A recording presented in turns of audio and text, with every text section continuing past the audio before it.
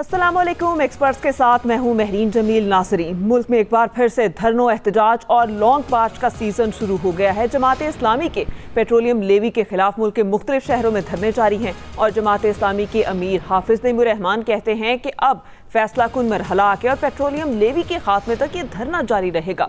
12 रबीउल अव्वल के बाद मुल्क भर में शटडाउन हड़ताल और साथ ही साथ लॉन्ग मार्च भी होगा, जबकि दूसरी जानिब किसान इत्तेहाद भी ज़रूरी पॉलिसीज़ के खिलाफ खुलकर मैदान में आ गए हैं और वो वज़ीर आला पंजाब से इस्तीफे का मुतालबा कर रहे हैं और 25 सितंबर को इस्लामाबाद की तरफ लॉन्ग मार्च करने का ऐलान कर चुके। तहरीक इंसाफ ने भी 27 सितंबर के लॉन्ग मार्च के लिए तैयारियां शुरू कर दी हैं।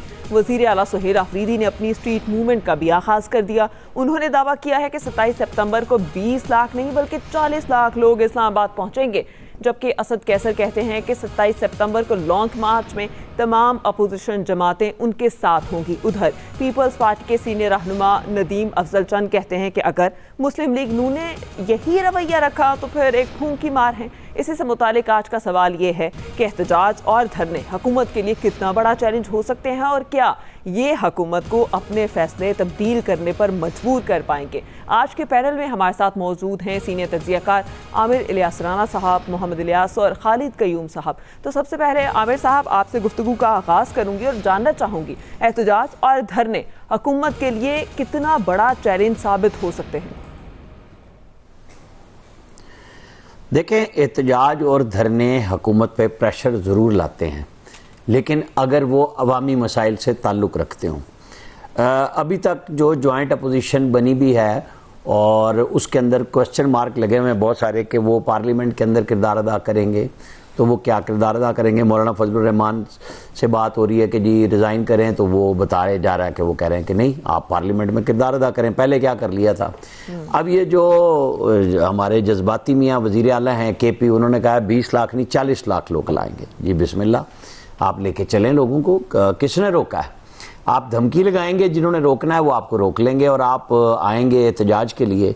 और जो आपने कहा कि लीडर से मुलाकात हो, वो तो शुरू हो चुकी, तौहीन अदालत की दरख्वास्त जा चुकी है आपकी। लेकिन अवामी मसाइल कहाँ पे आए? तो मुत्तहिदा अपोजिशन अपना मसला बनाए, किसान इत्तेहाद अपने उस पर चल रहा है और वज़ीर आला से इस्तीफ़ा लेना तो लाहौर जाएँ, इस्लामाबाद किस लिए आ रहे हैं? क्या वो पंजाब की वज़ीर आला के लिए इस्लामाबाद ला रहे हैं? पॉलिटिकल गेम सारी शुरू है। अगर कोई सही गुफ्तगू हो रही है वो है जमात इस्लामी की तरफ से, चाहे वो सोलर पे थी, लेकिन पटिशन के बाद वहाँ पे भी खामोशी है उनकी कि सुप्रीम कोर्ट में पटिशन कर दी, तो क्या सोलर के ऊपर इन्हें जगह जगह नहीं जाना चाहिए कि हुकूमत जो नेट बिलिंग से नेट मीटरिंग पे गई है, जो जुल्म आम आदमी पे हुआ। भाई कैपेसिटी चार्जेस आपने पे करने हैं, कारखाने किसने लगाए? रियासत ने लगाए, हुकूमत ने लगाए, तो फिर आप पे करें ना, इसका हल निकालें। आप एक तरफ कहते हैं कि जी हमने प्रॉफिट कम करना है, तो रात को जो बिजली आपके जिम्मे आती है 4 घंटे, तो सब जो पुराने वाले सार्फिन है वो भी दे रहे हैं, तो नए वाले सार्फिन को भी आप यूनिट वापस करें, पुराने वालों को भी करें। रात वाले वो तो जब तक 7 साल नहीं हो रहे आप दे रहे हैं 1400 अरब 1700 अरब रुपए कैपेसिटी पेमेंट। भाई तो ये जो आम आदमी की तरफ आप चढ़ाई करते हैं, जैसे एक्सपोर्टर्स को जिनके साथ बैठ के मोहसिन नकवी साहब ने कहा कि आप लोग सियासत में आए, पैसे इधर उधर न दें, उनको 4-4 रुपए यूनिट हमारी जेब से काट के फी यूनिट एक्सपोर्ट के लिए दिया और एक्सपोर्ट कम हो गई पाकिस्तान की। इस बदले में मजीद जो पुरानी रियायत हैं, मराहत हैं, वो तो मौजूद हैं, लेकिन हम सब के ऊपर इन्होंने फिक्स मीटर चार्जेस भी लगा दिए ताकि एक्सपोर्टर्स को सहारा दिया जा सके। एक्सपोर्टर्स का सहारा तो बन गया जेब का, आम आदमी को उनकी एक्सपोर्ट से क्या फ़ायदा हुआ जब एक्सपोर्ट ही कम हो गई। अब आप जो लेवी लगा रहे हैं IMF के साथ, वही मुआहदा, आप हुक्मरान जो हैं वो और सूबों के हुक्मरान हर जगह पे आप तनख्वाहें बढ़ाए जा रहे हैं मराहत याफ्ता तबके की। आम आदमी को तो आपने 7% दिया, आपने पेंशन 7% दी, पंजाब में वो 3.5% दी, तो जो लोग जरूरतमंद हैं उनको तो नहीं मिल रहा, लेकिन जहां ज्यादा आपने दिया है उनके खर्चे क्यों नहीं कम हो रहे? बहस तो ये होनी चाहिए। ये हमें IMF भी वही वाली मिली हुई है जो सिर्फ मराहत याफ्ता तबके के मराहत को छोड़ के आम आदमी को सब्सिडी देने पे सारे के सारे जुर्माने लगाती है। पहले 200 यूनिट पे किया हुआ है एक जुल्म के जी, अगर एक महीना आपका 201 यूनिट आएगा, जो कि वापडा के एहलकार मिलके कर लेते हैं डेस्कोज के, कि जनाब वो ज़रा सी रीडिंग एक दिन लेट करेंगे 201 हो जाएगा, तो आपको 6 महीने आपको इजाफी जुर्माना देना पड़ेगा। तो ये वो चीज़ें हैं जो आम आदमी के लिए इन सियासी जमातों को वो पार्लियामेंट के अंदर और बाहर, उनको करनी चाहिए। ये बिल्कुल लॉन्ग मार्चेस अपने लीडर के लिए करें, हम बिल्कुल नहीं मना करते। पार्लियामेंट में उठाएं इश्यूज, तो फिर कोई आम आदमी की बात भी तो आए ना, अपने लीडर के लिए तो कर लें। आपने कर लिया, कुछ मुलाकातें हो गई और वो होनी चाहिए, उसको कोई इनकार नहीं कर रहा, उनका इलाज भी होना चाहिए। लेकिन आम आदमी कहाँ है? इशू किसी सियासी जमात के पास ये अवेलेबल नहीं है। सही। अच्छा मोहम्मद इलियास साहब, आप क्या समझते हैं कि धरने लॉन्ग मार्च हुकूमत को पॉलिसीज तब्दील करने पर मजबूर कर देंगे? और हमने देखा है कि जमहूरियत और अमन एक साथ नहीं आते, ये लोग अपने अपने मफादात की जंग लड़ते हैं, लेकिन अवामी मसाइल पर कोई भी शख्स बात नहीं करता। देखिए, इस टाइम गवर्नमेंट को समझना चाहिए कि गवर्नमेंट के ख़िलाफ़ जो लोग उठ रहे हैं, जो जमात इस्लामी ने उठ के धरना दिया लेवी की सूरत में, पेट्रोल की इस सिलसिले में जो महंगाई की सूरत में किसान भी अब जो आने लगे, तो इसमें आवाम भी चीख रही है, क्योंकि महंगाई की जो सतह है वो बढ़ती जा रही है और काबू नहीं हो रही है। इस पर गवर्नमेंट को समझना चाहिए, गवर्नमेंट को चाहिए रिलीफ देना चाहिए। गवर्नमेंट जो बातें करती है कि रिलीफ देने की बातें करती हैं, उसको एक्चुअल अमल दरामद करना चाहिए, वो नज़र आनी चाहिए। इस सूरत में अभी कोई नज़र नहीं आ रही। सूबे वफाक की तरफ देखते हैं, वफाक सूबों की तरफ देखते हैं। इस वक्त जो सूबों की जो सूरत हाल है, उन्होंने अपने जो अखराजात हैं, इंतज़ामी अखराजात जिनको कहा जाता है, जो शाहाना अखराजात हैं, इनकी तनख्वाहें बढ़ाई हैं, जो चीज़ें बढ़ाई हैं इनकी असम्बलियों की, वो उनमें कमी नहीं की गई, उनमें किसी सूरत में कमी नहीं की गई। ना गाड़ियाँ जो खर्च जो कम करने का, पेट्रोल कम करने के लिए, वो चीज़ें ऐसी है कि कोई अपनी पॉलिसी तब्दील करके आवाम तक मुंतकिल किया जाए, ताकि महंगाई की जो कमी सूरत हो, जो कम सूरत हो, उसमें आवाम को बराह रास्त फ़ायदा हो। आवाम को किसी सूरत में फ़ायदा नहीं हो रहा। ये अच्छा, किस्म का गवर्नमेंट पर दबाव है गवर्नमेंट की जानिब से कि हम कार्ड्स दे रहे हैं, महंगाई कार्ड, वो राशन कहाँ महंगाई कार्ड्स मिलते हैं, इसमें जो अच्छा, मुझे तो ज़ाती तौर पे वो इस वजह से पसंद नहीं है कि आप लोगों को मोहताज करें, बजाय इसके कि रोज़गार की सहूलत पैदा की जाए, आप उन्हें पैसों पर लगाएं। देखें, उस गवर्नमेंट को चाहिए कि लोगों की इनकम जो है पर कैपिटा इनकम बढ़ाए, उनके लिए वसाइल पैदा करें, उनके लिए सहूलतें दें जैसे दूसरे मुल्कों में दी जाती हैं। इधर हमारे यहाँ तो कोई ऐसी सूरत नहीं है। ट्रांसपोर्ट तो है नहीं, पब्लिक ट्रांसपोर्ट जो लोग हैं वो अगर यूज़ करते हैं तो उनको महंगी पड़ती है। तो इससे लोगों की जो आमदनी है, वो जो गवर्नमेंट ने कहा कि 40,000 रुपये कम से कम आमदनी हो, वो अभी तक उसको उस पर अमल दरामद तक वो जो एम्प्लॉइज उन्हें नहीं मिल रही, उस पर किसी को नहीं मिल रही। अब इसी तरह जो खाने पीने की चीज़ें गवर्नमेंट के अपने अदाद शुमार हैं कि जो ब्यूरो ऑफ स्टैटिस्टिक के कि जी कीमतों में इजाफा हुआ। अब ये जो इजाफा जो दिखाया जाता है ये बहुत कम है। जब वो टमाटर 400 रुपये किलो मिलेंगे, या इस तरह प्याज वगैरह की कीमतों में इजाफा होगा, या खाने पीने की गोश्त जब आपका होगा, लोगों की है ही नहीं है, इस्तात ही नहीं कि वो खा सकें। तो इस तरह ट्रांसपोर्ट की जो कीमतें हैं वो भी बढ़ती रहती हैं, पेट्रोल की कीमतें बढ़ती हैं। रोज़ाना की बुनियाद पर लोगों को उस पर नज़र लगा दिया है कि लोग वही देखते रहते हैं। तो ज़ाहिर है लोग आहिस्ता आहिस्ता गवर्नमेंट का प्रेशर है, उन्होंने किसानों ने कह दिया, किसान देखें किसान की पूरी नहीं पड़ रही। अब आपकी पैदावार भी कम है, आपकी आबादी मुसलसल बढ़ रही है, उस पर आप कोई चीज़ नहीं फोकस किया हुआ। आपने सिर्फ फोकस किया हुआ है सिर्फ बयानात दे के जी उसमें जमा खर्च कर दिया, ये हो गया ये हो गया। तो उससे आम आदमी को कोई फ़ायदा नहीं है, ना तालीम की सूरत में ना सेहत की सूरत में कोई उनको सहूलत नहीं मिल रही। तो ज़ाहिर है फिर आवाम क्या करेगी, आवाम आहिस्ता आहिस्ता निकलेगी। अगर ये नहीं तो खामोश जो वोट है वो फिर इनके लिए गवर्नमेंट के लिए नुकसानदेह है। अगरचे वो एहतजाज इस तरह नहीं कर रहे, लेकिन आहिस्ता आहिस्ता प्रेशर तो बन रहा है। तो गवर्नमेंट को इनको चाहिए कि बैठ के बातचीत करे और कोई ना कोई सहूलत वे आउट निकाले। इनका टैक्स का जो सिस्टम है वो ठीक नहीं है, तभी तो लेवी लगाते हैं ताकि अपने टारगेट पूरे कर सकें, अपने अखराजात पूरे करके चला सकें। अब सूबे अलहदा टैक्स लगा रहे हैं, फेडरल गवर्नमेंट अलहदा टैक्स लगा के अपने अखराजात पूरे करी है, IMF की शराइत अलहदा पूरी की जा रही हैं, और ताकि वो जो सारी सूरत हाल है उसको पूरा करने के लिए तो रह जाते हैं आवाम। बड़ों से किसी सूरत में टैक्स नहीं निकाला जाता, उनकी नमरात में कमी की जाती है। आप देख लें किसी चीज़ में कमी की गई है, कोई की सूरत नहीं नजर आती। गवर्नमेंट सैलरीज वगैरह वही सारा चीज़ें हैं, आवाम उनके लिए है ये कि एक आसान टारगेट है, उस पर जिस तरह मर्जी टैक्स लगा दें, GST लगा दें, उसने हर सूरत में देना है, हर चीज़ पर से देना है, तो देख इन पर पूरा करना। तो जाहिर है गवर्नमेंट पर एक प्रेशर तो आएगा एहतजाज की सूरत में।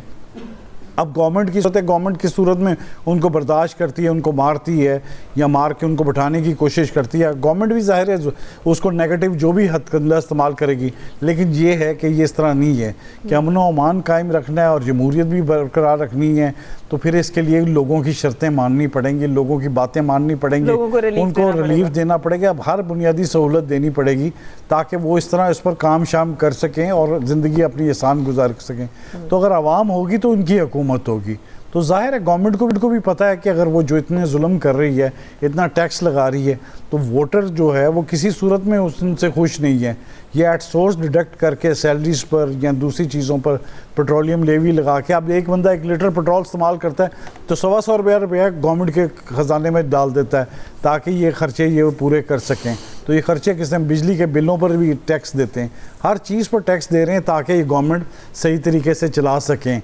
गवर्नमेंट को अगर चाहिए पता हो तो ये अपने साइज़ कम करें, अपने अखराजात कम करें जो अरबों की रुपए की सूरत में होता है। अब देख लें फेडरल गवर्नमेंट का 750 जो कहा जा रहा है कि जो पेट्रोल का टैक्स है वो अरबों रुपए का जो बोझ है वो बढ़ गया है। तो जाहिर है वो कौन पे करेगा, आवाम टैक्सों की सूरत में पे करेंगे। अब इस तरह सूबाई हुकूमतों का भी बढ़ गया है, तो बढ़ने पे बजाय इन्होंने कहा था कि हम अपने 50% फ्लीट कम कर देंगे, जो लोगों से ले लेंगे वापस ले लेंगे, लेकिन वो कोई किसी सूरत में तो नहीं हुआ। और वो नज़र आ जाता है टैक्स की सूरत में, अदादो शुमार की सूरत में कि अवाम पर जो जुल्म किया जा रहा है वो उन लोगों को दिया जा रहा है कि कमज़ोर लोगों से देखे, ताकतवर लोगों को देके मज़ीद उनको सहूलतें दी जा रही हैं। ठीक है। अच्छा खालिद साहब, आप क्या समझते हैं कि वाकई हुकूमत जो है वो अदादो शुमार का गोरख धंधा चला रही है, और धरने और लॉन्ग मार्च सियासी सूरत हाल मज़ीद कितना कशीदा कर सकते हैं? अच्छा देखिए, ये जो जमात इस्लामी के अमीर हैं हाफिज़ नईम साहब, जब से ये जमात इस्लामी के अमीर बने हैं उस वक्त से जमात इस्लामी के अंदर एक हरकत नज़र आती है, और जमात इस्लामी को वो अक्सर जो है इशूज़ के हिसाब से फ़ाल करने की अपनी कोशिश जो है वो जारी रखते हैं। और ये जो इशू उन्होंने उठाया है, पेट्रोल की कीमतों में इजाफ़ा, डीज़ल की कीमतों में इजाफ़ा, और लेवी का ख़ास तौर पर जो पेट्रोल और डीज़ल पर लगाई गई हैं, इस मामले, ये तो मैं समझता हूँ कि अवाम का सबसे बड़ा इस वक्त इशू है। खालिद साहब, याद है इससे पहले भी जमात इस्लामी बाहर निकली थी तो IPP का थोड़ा सा रिलीफ हमें मिला था, वरना तो बड़ी बुरी सूरत हाल थी उस मामले में भी। बिल्कुल रिलीफ मिला था। और देखिए कि असल तो मसला ये है कि आम आदमी जो है उसकी जब से जो डॉलर के मुकाबले में रुपये की बेकदरी हुई है पाकिस्तान के अंदर, और जब से जो पेट्रोलियम प्राइसेस जो हैं डीज़ल और पेट्रोल की जो हैं उनमें एक बड़ा ईरान अमेरिका जंग की वजह से जो जंप आया है, इससे आम आदमी की ज़िंदगी पर, आम आदमी की लाइफ पर जो हैं वो बड़े जो हैं वो गहरे असरात पड़े हैं, और उनकी मुश्किलात जो हैं उनमें बेपनाह जो है वो इजाफ़ा हो चुका है। और देखिए कि दूसरा मैं आपको बताऊं कि ये जो धरना पॉलिटिक्स है, धरना पॉलिटिक्स जो है ये हमेशा से जमात इस्लामी के साथ जुड़ी रही है, और सियासत के अंदर जो धरनों का सिलसिला था वो जमात इस्लामी ने शुरू किया था। और 96 में भी जमात इस्लामी ने उस वक्त की पीपल्स पार्टी की हुकूमत के ख़िलाफ़ जो है वो धरना दिया था, और फिर उसके नतीजे में जो है थोड़े दिनों बाद जो है वो पीपल्स पार्टी की साबिक़ सदर फ़रूक लगारी ने पीपल्स पार्टी की हुकूमत जो थी उसको डिज़ाल्व कर दिया।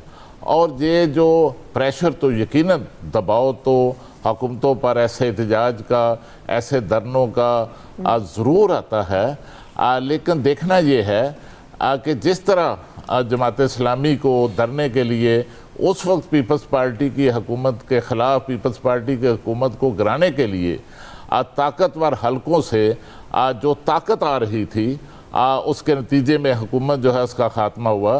क्या इस वक्त उन्हें कोई इशारे हैं या ऐसी कोई ताकत मिल रही है? मैं समझता हूँ कि इस हवाले से जमात इस्लामी को क्या एहतजाज और धरना जो है वो किसी जगह से उन्हें कोई ताकत और तवानाई जो है इस हवाले से नहीं मिल रही। लेकिन इसके साथ दूसरा जो बड़ा एहतजाज है, ज़ेर बहस है, वो जो है PTI की कॉल है, जो लॉन्ग मार्च की कॉल है। और लॉन्ग मार्च की जो कॉल है 27 सितंबर की, बड़ी लंबी कॉल है, उसमें गैप है बहुत बड़ा एक। और उसमें भी अगर आप देखें, जिसमें पहले 20 लाख लोग लाने की बात की गई, अब 40 लाख लोग जो हैं वो तो लाने की बात, 20 लाख लोग भी आ सकेंगे अब बात कर दी है। तो देखें कि उनके मुतालबात तो देखें, PTI के कोई हुकूमत के खात्मे के मुतालबात तो नहीं है, जहाँ हुकूमत के खात्मे के लिए तो कोई तहरीक वो नहीं चला रहे। उनकी जो ये कॉल है, लॉन्ग मार्च है, के लिए तहरीक वो नहीं है, तो अवाम के मसाइल के लिए भी तो कोई तहरीक नहीं है। मसाइल के लिए भी नहीं है, जिस तरह जमात इस्लामी की कॉल है, अवामी कॉल है, अवाम के मसाइल की कॉल है, उनकी तो बानी PTI को जो है उनकी उन तक रसाई की कॉल है, उनको अस्पताल मुंतकिल करने की कॉल है, उनके मुकदमात जो हैं अब वो जल्द अदालतों में लगाने की कॉल है। तो इस तरह जो है तीसरी जो आपने किसानों की बात की, देखिए किसान जो है, इसमें कोई शक नहीं कि इस मुल्क के अंदर सबसे मजलूम तबका मैं समझता हूँ कि किसान है। और किसानों को जो है उनकी जो भी फसल आप ले लें, उनका पूरा मुआवजा उन्हें नहीं मिल रहा। हम देखिए कि हम यूक्रेन के किसान को तो पूरा उससे ज़्यादा कीमत जो है पाकिस्तान के किसान से ज़्यादा कीमत देने के लिए तैयार हैं, लेकिन अपने किसान को जो है वो हम उस तरह मुआवजा क्यों नहीं देते। कि देखिए, जो गंदम की बात कर ले, कि गंदम की जब ख़रीदारी थी तो 3,3100 तक जो है वो ख़रीदारी जो है, हालांकि हुकूमत ने जो है 3400 वो 3500 तक मुकर्रर की थी, उन्हें मिली। और जब उनसे किसान से गंदम खरीद ली गई और किसान के पास कुछ ना रहा, तो उसके साथ ही गंदम की कीमतों में जो है वो एक बड़ा जंप आ गया। और आज के दिन भी 4700 रुपये फ़ी मन गंदम जो है वो मार्केट में बिक रही है। और आइंदा चंद रोज़ तक जो है वो 5000 तक बढ़ने का जो है वो मार्केट के अंदर जो है वो इशारे मिल रहे हैं। और इस तरह जो है उनकी दूसरी जो फसलें हैं उनके साथ भी यही सलूक है। इस साल भी अगर आप देखें कि मैंगो की जो फसल है, पैदावार है, हमारा मैंगो बहुत कम जो है वो बाहर गया है, हमारा किन्नो जो है वो बहुत कम गया है, हमारी दूसरी जो फसलें हैं वो भी मुतासर हुई हैं। मैं समझता हूँ कि मुझे लगता है कि किसानों का जो एहतजाज है उससे पहले जो उनकी डेडलाइन आने से पहले यकीनन हुकूमत जो है उनको एंगेज करेगी, उनके साथ मुज़ाकरात होंगे, उनके मुतालबात को पूरा करने की कोशिश जो है वो पहले भी होती रही है, अब भी हुकूमत जो है अब वो करेगी। और एक आखिरी बात, ये जो PTI की कॉल है, मैं समझता हूँ कि उनकी जो डिमांड्स हैं ये भी 27 सितंबर से पहले हुकूमत ऑलरेडी पहले भी PTI के साथ जो एक एंगेजमेंट है वो चल रही है। और उस एंगेजमेंट के नतीजे में उनके साथ जो है उनकी कॉल से पहले 27 सितंबर से पहले मज़ीद बातचीत होगी। और उसके नतीजे में जो है वो उनके कई मुतालबात जो हैं वो पूरे हो जाएंगे, बल्कि कुछ तो पूरे हो रहे हैं, कुछ पूरे होने के करीब है। सही। अच्छा आमिर साहब, आप क्या समझते हैं, रावलपिंडी में 6 महीने के लिए फौज तैनात कर दी गई है, तो इसकी क्या वजह है? क्या हुकूमत को हर जानिब से परेशानी एहतजाज का सामना है, तो भी से हिफाजती इक़दाम कर दिए गए हैं? और अपनी बात भी पूरी कीजिए, क्या कहना चाह रहे थे आप? हाँ, मैं खालिद क़य्यूम साहब बात कर रहे थे किसानों के ऊपर। किसानों के साथ वाकई 2 तरह की ट्रेजेडी हैं। एक तो ये कि ज़ाहिर है कि उस वक्त 2024 में जब पहली दफ़ा मरीम नवाज़ की गवर्नमेंट ने फ़ैसला किया कि हम गंदम नहीं ख़रीदेंगे, 2023 में निगरान हुकूमत थी और उस वक्त ज़बरदस्ती किसानों से गंदम ली जा रही थी कि टारगेट पूरे करने और आप ज़रूर दें, घरों से उठाइए। 24 में इनकार कर दिया तो एक वाविला मचा। और मैंने उस वक्त मरीम नवाज़ से बराह रास्त बात की थी, मिला था मैं लाहौर में, और उन्होंने कहा कि फिर अपनी बताई कि हम आइंदा के लिए क्या कर रहे हैं। किसान को वॉलेट में 5000 देंगे, 5000 रुपये एकड़ अलग से पैसे देंगे और सब चीज़ें देंगे, लेकिन बाकी फसलें भी तो गवर्नमेंट नहीं खरीद रही। फूड का जो महकमा है वो ज़्यादातर खा पी जाता है, और छोटा किसान जिसको सबसे फौरी तौर पे चीज़ें बेचनी पड़ती हैं अपनी फसलें, क्योंकि उसमें फिर आड़ती मिडल मैन पैसे बनाते हैं, बड़ा आदमी तो पहले ही संभाल के रख लेता है। अब देखें कि वो पैसे आम किसान को, मैंने ये बिल्कुल ग्राउंड पे चेक किया, मिल रहे हैं, पैसे उन्हें मिले हैं। इनपुट के लिए भी मिले हैं, और जो उनको 1.5 लाख रुपया दिया गया, जब उन्होंने वापस जमा कराया वो उनके अकाउंट्स में दोबारा वापस आ गया कि आप एटीएम से दोबारा ले सकते हैं फौरी तौर पे, कि आपने पे कर दिए हैं, ले लें। पर एकड़ छोटे किसान को 5,000 रुपए फीकस दिए गए, जो वापस भी नहीं लिए गए, क्योंकि 1 साल के गैप के बाद जो ये बात हो रही है छोटे किसान की, क्योंकि बड़ा तो पहले ही ठीक था। अच्छा, अब सबको पता था कि अब जब सबको पता है कि नहीं होनी, उनकी एक खास कीमत होती है और वो एक खास मरहले पे होती है, उस पे उनसे ली गई। अब यहाँ पे ये जो किसान महाज है, मुझे किसी के साथ कोई मुखालफत नहीं है, वो बड़े आदमी के लिए उठाने आ रहे हैं, छोटे उठाने के लिए आ रहे हैं मसाइल के ऊपर। गुफ्तगू क्या हुई यहाँ पे, इंपोर्ट के ऊपर बात होती है भाई, 36 साल में 22 दफा इंपोर्ट हुई है गंदम पूरे पाकिस्तान में। कहानी सिर्फ आज के ऊपर आ गई कि क्यों छोटे किसान को पैसे मिल रहे हैं, उसके कैश वॉलेट मिल गया है, मशीनरी उसके लिए अवेलेबल कर रहे हैं। तो जब मार्केट इकोनॉमी पे जा रहे हैं और किसान को रियायत भी दे रहे हैं, तो इस पे बहस इस तरीके से होनी चाहिए कि क्या छोटे किसान को कोई फायदा नुकसान हुआ है। यहां बड़ा किसान, बड़ा काश्तकार, बड़ा इंडस्ट्रियलिस्ट, ये सारे के सारे एक जैसे इकट्ठे होके फिर प्रेशर डालते हैं। इशू यही है कि जब उनको पैसे मिले हैं छोटे किसान को, और वो मिडिल मैन कि उससे बच गया है, क्योंकि वो आड़ती से उधार ले लेता था इनपुट के लिए, और फिर उसके वो कहते थे नहीं बेचो, सस्ती बेचो, जो मर्जी, और फिर महकमा फूड खरीदता था। अब महकमा फूड के लिए अलग कंपनियों को बना दिया गया, उसके ऊपर हमारे यहाँ बहुत खबरें, हमारे एक्सपर्ट्स में बहुत ज्यादा होती है। लेकिन इशू यही है कि जब एक सिस्टम बन गया है, किसान को भी पता है, तो फिर उसकी तरफ चलना भी चाहिए और देखना भी चाहिए। अब आप आ जाए, जो आपने मुझसे सवाल किया जो पिंडी के ऊपर, देखिए फौज के हवाले से ना मुख्तलिफ चीजें हैं। 245 के तहत मुहर्रम में भी बुलाई जाती है, रबीउल अव्वल में भी बुलाई जाती है। लॉ एंड ऑर्डर पे कोई भी डीसी तलब कर सकता है, ये इख्तियार है। अब पिंडी जिले के लिए 6 महीने के लिए जो की गई है, 500 सिपाही लिए गए हैं। अब आप देखें, एक बंदा जो पीटीआई के झंडे के साथ मिला वहां पे गैरिजन मेस के पास, जीएचक्यू के पास, असले के साथ वो फायर करते हैं, फिर उसके साथ वाकया होता है, तो क्या वहां पे थोड़ा बहुत कंट्रोल एनवायरनमेंट नहीं चाहिए? वहां पे पहले फौज का हेडक्वार्टर है, ये बात सब जानते हैं, लेकिन जब डिस्ट्रिक्ट गवर्नमेंट बुलाती है तो उसके अंदर अनफोर्सीन चीजों को देखा जाता है। एक एहतजाज की बात आप कर रहे हैं कि एहतजाज वाले हर दफा आग लगाने के लिए आ रहे हैं, वो तो ये नहीं कहते, वो तो कहते हैं हम कफन बांध के आ रहे हैं। दूसरी तरफ कुछ केसेस के ट्रायल की भी बात हो रही है, शायद वो जो जीएचक्यू के केस का हमला केस है, उसके अंदर मेन मुल्जिमान का ट्रायल होगा, फिर कोई लोग यहाँ पे कहानी और सियासत शुरू करेंगे। तो एक 2-3 तरह की मिक्स चीजें सामने आ रही हैं, आने वाले दिनों में चीजें पब्लिक हो जाएंगी। सही। अच्छा मोहम्मद इलियास साहब, आप क्या समझते हैं जमाते, इलियास साहब आपसे बात करेंगे, लेकिन नाज़रीन यहाँ पर वक्त हुआ एक ब्रेक का, आप हमारे साथ रहिएगा। ब्रेक के बाद बात करेंगे महंगाई के हवाले से कि आवाम के ऊपर महंगाई का बोझ बढ़ता ही चला जा रहा है, इसका सलूशन क्या है, हमारे साथ रहिएगा। वेलकम बैक नाज़रीन। मुल्क में इस वक्त महंगाई अपने अरूज पर है और ये हर गुजरते दिन के साथ बढ़ती ही चली जा रही है। हुकूमत की कोई रिट नज़र नहीं आ रही, मुनाफाखोर सरगर्म है और महंगाई बढ़कर 9.66% तक पहुंच चुकी है। सब्जियों फलों की कीमतों की बात करें तो 100 से 150 रुपये फ़ी किलो तक इजाफा हो चुका। बिजली, गैस, पेट्रोल सब कुछ महंगा है। एक हफ्ते में 20 किलो आटे की थैले की कीमत में 100 रुपये का इजाफा हुआ है। आवाम के लिए एक वक्त की रोटी बहुत बड़ा इम्तिहान बन चुका है और आवाम की कुव्वत ख़रीद कम हो चुकी है। वो दुहाइयाँ दे रहे हैं मगर हुक्मरान ऐवानों में बैठ कर मईशत की बेहतरी के दावे कर रहे हैं और ज़ाती मफाद से मुतालिक कानून साजी करने में मसरूफ़ हैं। इस पर बात करेंगे। इलियास साहब, क्या समझते हैं आप, आवाम के मसाइल से बिल्कुल लाताल्लुक़ हैं ये हुक्मरान? इसके अलावा अगर बात की जाए तो जितने भी हमारे हुक्मरान हैं वो अपना टेन्योर ख़त्म होता है या किया जाता है उनका टेन्योर ख़त्म, तो उसके बाद वो ये नहीं बताते हमारी कारकर्दगी के, वो सिर्फ मजलूमियत का रोना रोते हुए नज़र आते हैं। तो आवाम की बात तो कहीं भी कोई भी नहीं कर रहा। देखिए, इन्होंने आवाम की बात की, अगर इनको एहसास होता तो कीमतें कम करने के लिए अपना किरदार अदा कर रहे थे। इनका बुनियादी ये जो ज़रूरियात है इनको पूरा करना, ये कीमतों को कंट्रोल करना, ये गवर्नमेंट की जिम्मेदारी है। अब ये कहेंगे ये फेडरल गवर्नमेंट का, फेडरल गवर्नमेंट कहेगी प्रोविंशियल गवर्नमेंट का, और वो कहेंगे डिस्ट्रिक्ट गवर्नमेंट तो इन्होंने बनने ही नहीं थी।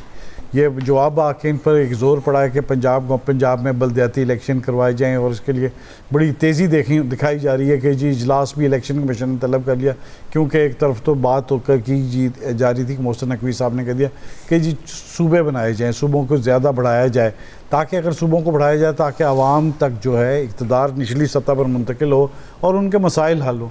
मौजूदा सिस्टम में आप देख लें, किसी सिस्टम में कोई MNA MPAs वगैरह जो आवाम के साथ बराह रास्त राब्ते में हो, नहीं, कोई नहीं। कोई वज़ीर वगैरह तब वो मिलना ही नहीं पसंद करते। उनको ये है नहीं पता कि दोबारा फिर इन्होंने इन आवाम के पास जाना है और उनको पता है कि इनसे ही वोट लेने, इनके मसाइल हल करने। चले उनके वो दूसरे मसाइल हल, सेहत और तालीम और दीगर जो मसाइल हैं, जो उनके सड़कों के, सीवरेज के, वो मसाइल नहीं हल कर सकते।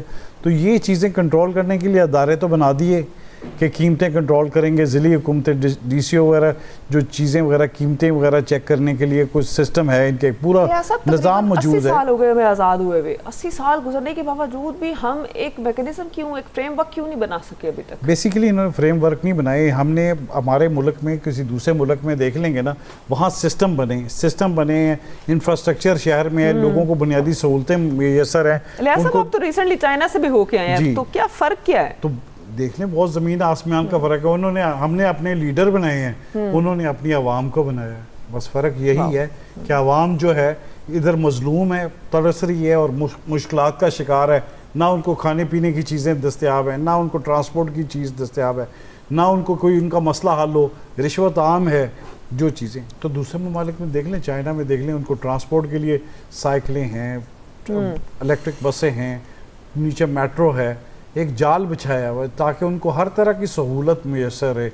खाने पीने की जो चीज़ें हैं वो इतनी सस्ती हैं कि हर बंदा खा सकता है। और ये जो चीज़ें हैं उनको बुनियादी से घर के किराए इतने कम, ये जो चीज़ें हमारे हर बंदे को घर पे छत मिले। यहाँ छत किस तरह मिलेगी? कहा जाता है कि, बताया जाता है कि ये 1 लाख घर बना दिए गए, लेकिन उन लोगों को मिल ही नहीं सकते। और वो जो सिर्फ उनके अपने जानने वाले उन लोगों को दस्तयाब होती हैं ये चीज़ें। आम आदमी को ये दस्तयाब नहीं होता। ये आई वॉश किया जाता है जाके।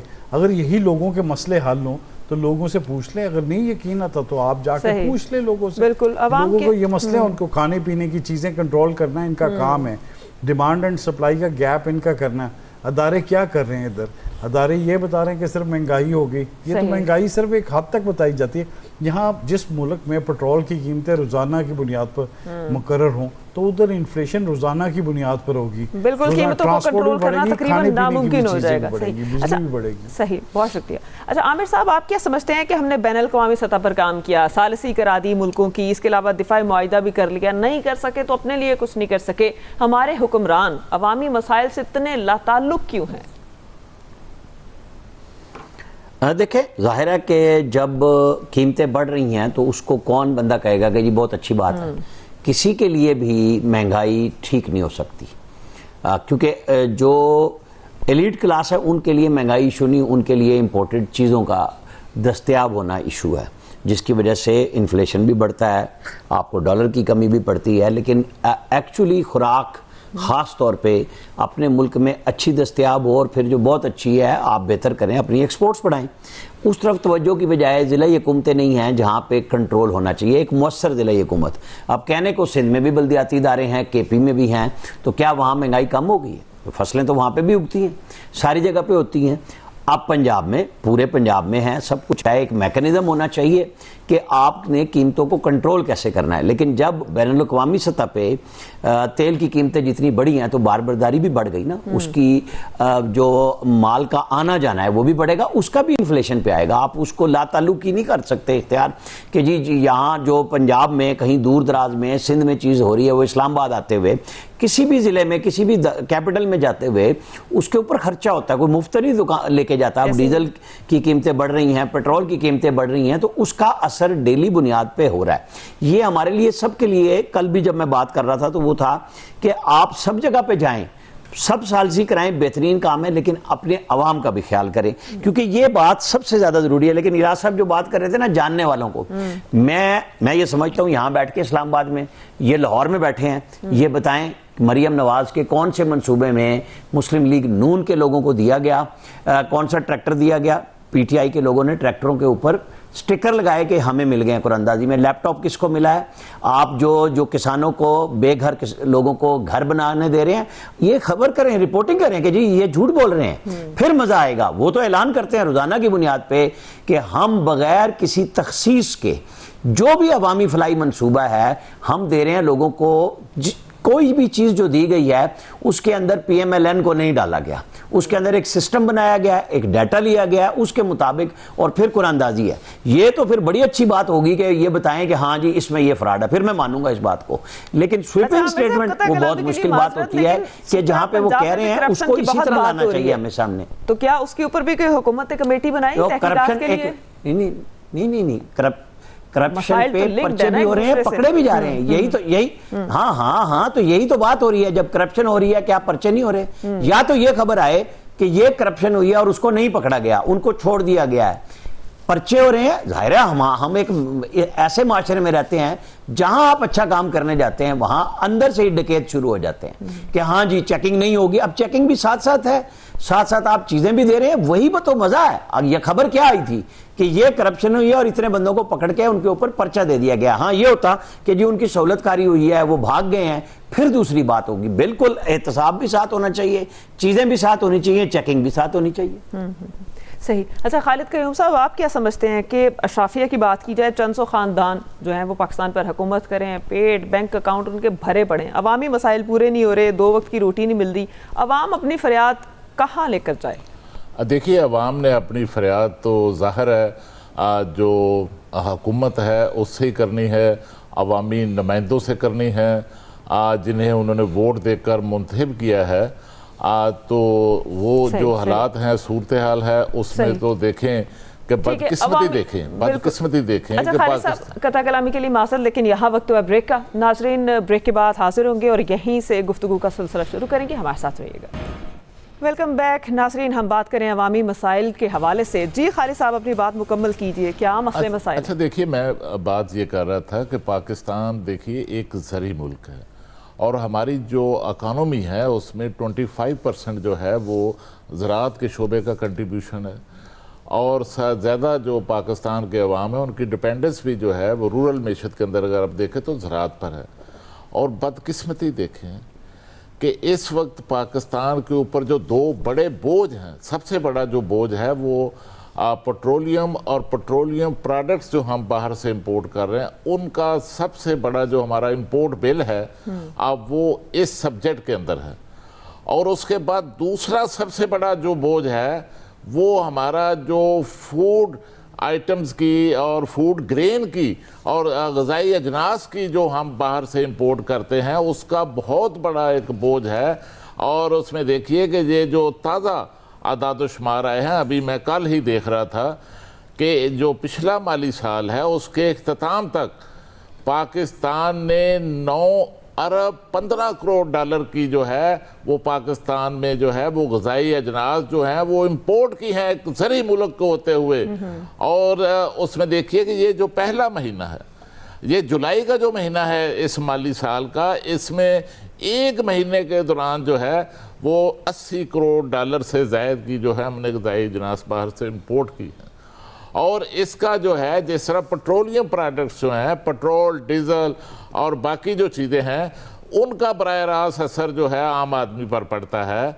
और उसके साथ ये ग़िज़ाई अजनास जो हैं इनका बोझ जो है अब वो हमारे ऊपर पड़ता है। और हमें अपनी पॉलिसियाँ इस हवाले से दुरुस्त करने की ज़रूरत है कि देखिए कि पहले तो हम चीनी जो है अब वो इंपोर्ट करते हैं, वो दरामद करते हैं, और अब सूरत हाल ये है कि हमारा जो शुगर माफिया है वो इतना ताकतवर है कि वो बाज़ मामलात में हुकूमती पॉलिसियों को भी जो है वो नाकाम बनाने की कोशिश कर। नाज़रीन मसला ये है कि हमारे जितने भी हुक्मरान हैं या हमारी अवाम है, उन्होंने सिर्फ शख्सियात को बनाया, उन्होंने अवामी मसाइल के हल के लिए कोई काम नहीं किया। इसके साथ ही हमें आज के एक्सपर्ट से इजाज़त दीजिए। खुदा हाफिज़।